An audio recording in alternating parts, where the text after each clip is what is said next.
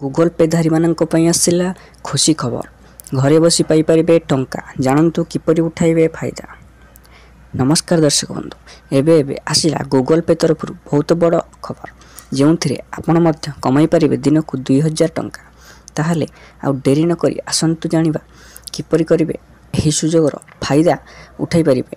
Google आरंभ करिछि एपरि एक scheme जहा द्वारा आपण घरे बसी कमाई पारिबे 2000 टंका। गूगल पे देउछि पैसा रोजगार करिवार नुआ उपाय।